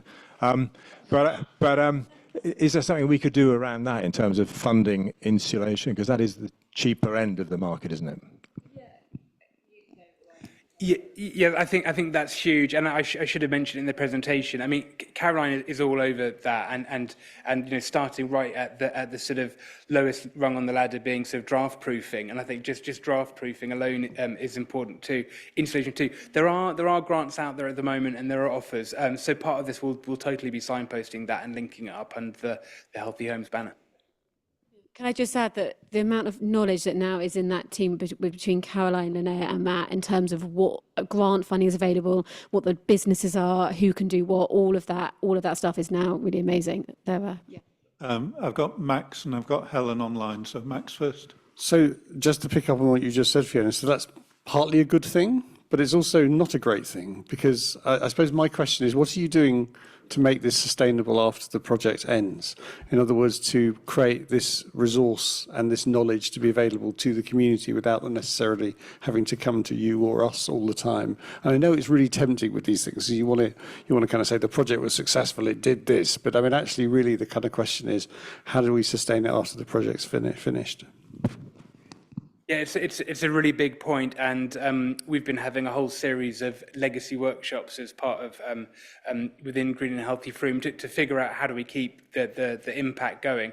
Obviously, my role isn't funded from Green and Healthy Frome, so I will continue after the project goes, and I'm making sure that the intelligence we're building up and the processes can continue after the end of Green and Healthy Frome. So can I just add on that there is a whole strategy that I have had sight of under, we're not quite sure what it's called yet. There have been discussions whether it's Power Up Frome or something that is about exactly what you said, Max, of distilling all of this information down and getting it out, whether it's on a web page. We've also spoken about leaflets going in every single, sort of like a Keep It Frome leaflet.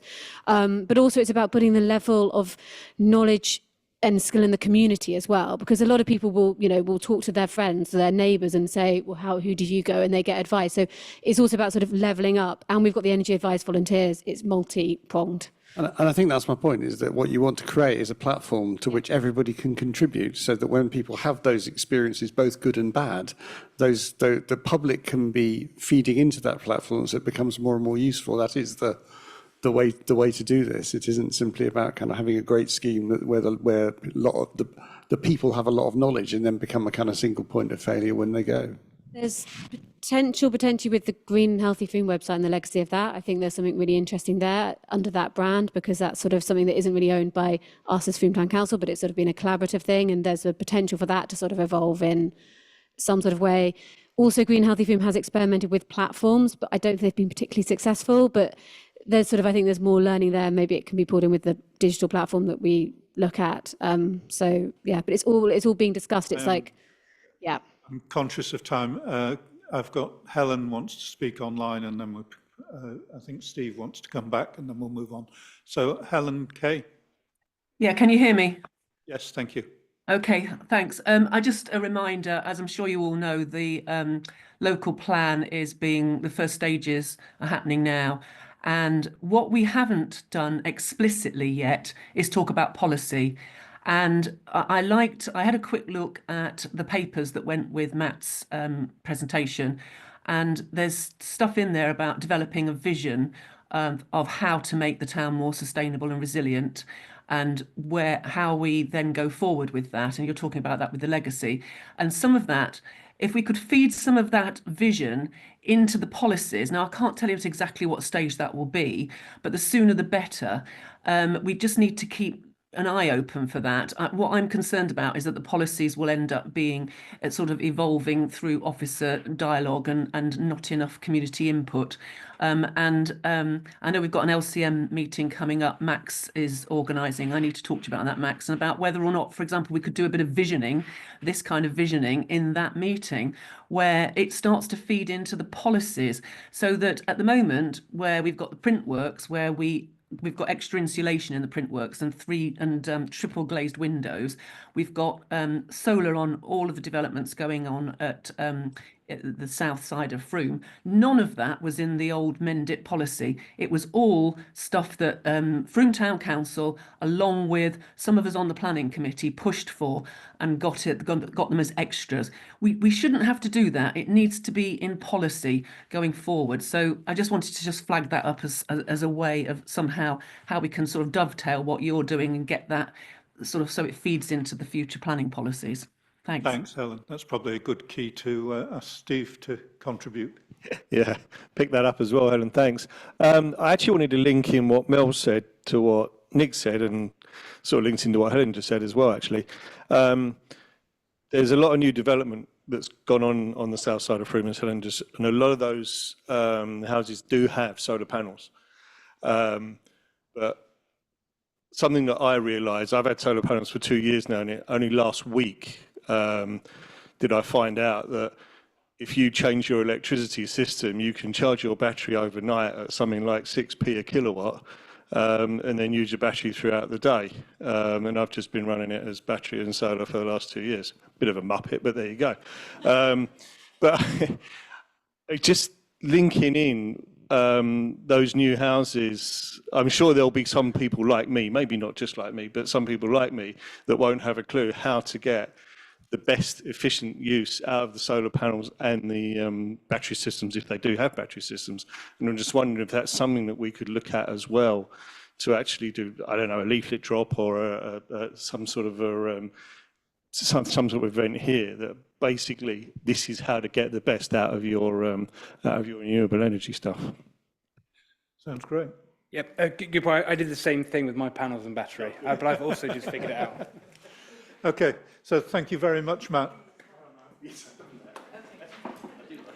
And now we'll move on to Peter for a couple of verbal updates. First on the devolution project.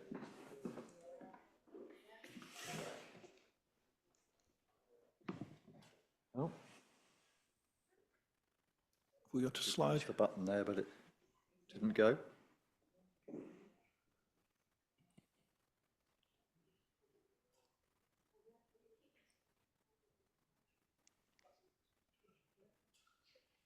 That's not going.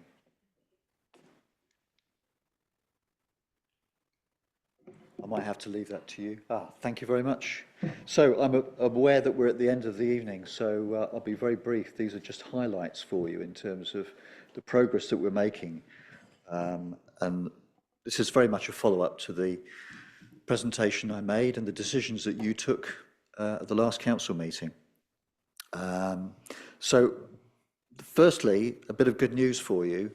My understanding is that on the 1st of April, Somerset Council are going to take a key decision around open spaces and grounds maintenance, and we fully expect all of the open spaces that we've asked for to be formally confirmed as being on the list for transfer to Frome Town Council. But in the meantime, we're not wasting any time. Lawyers have been instructed on both sides to progress all of the legal agreements so that at the point at which those transfers are formally agreed, that we're ready to move. The other thing to note is that you agreed that the priority at this stage was to ensure that we had interim management arrangements in place for the point at which we take on assets and services. And already we have an interim markets coordinator. They are self-employed, but they've come on board as a contractor. They're working very closely with traders to ensure that on the 1st of April, we're ready to take on the operation of the weekly markets. And we've made some good progress with Somerset Council in terms of ensuring that we're ready to go. So that's good news. You may have seen that we've also advertised the interim key centre coordinator post with a closing date, I believe, the 24th of March. So we're looking forward to making an appointment there. And in relation to the Key Centre project, we've met with current and potential stakeholders. We've also set up on the markets a markets forum. That's enabling us to engage regularly with the market traders, not only to keep them informed, but also to engage with them and to understand what ideas they have in terms of the future, in terms of the future running of those weekly markets. And what I can say is that we will keep you all informed and involved when it comes to those future management arrangements. So that is it, and just wondered if you had any questions. I think Max has over there. It's partly a question, but also partly a comment. I mean, it's great to know this is going on. It would be much better to be more involved in it, I think. It feels like it's something that's sort of been taken away somehow. So if you're talking with stakeholders and you're talking with market traders and all of that, it would be useful and creating forums, then it would be useful for us to be able to participate as councillors in that stuff. Tara? We are, is the short answer to that. I mean, not every councillor is obviously going to be involved in everything, but the town centre group is involved in these forums.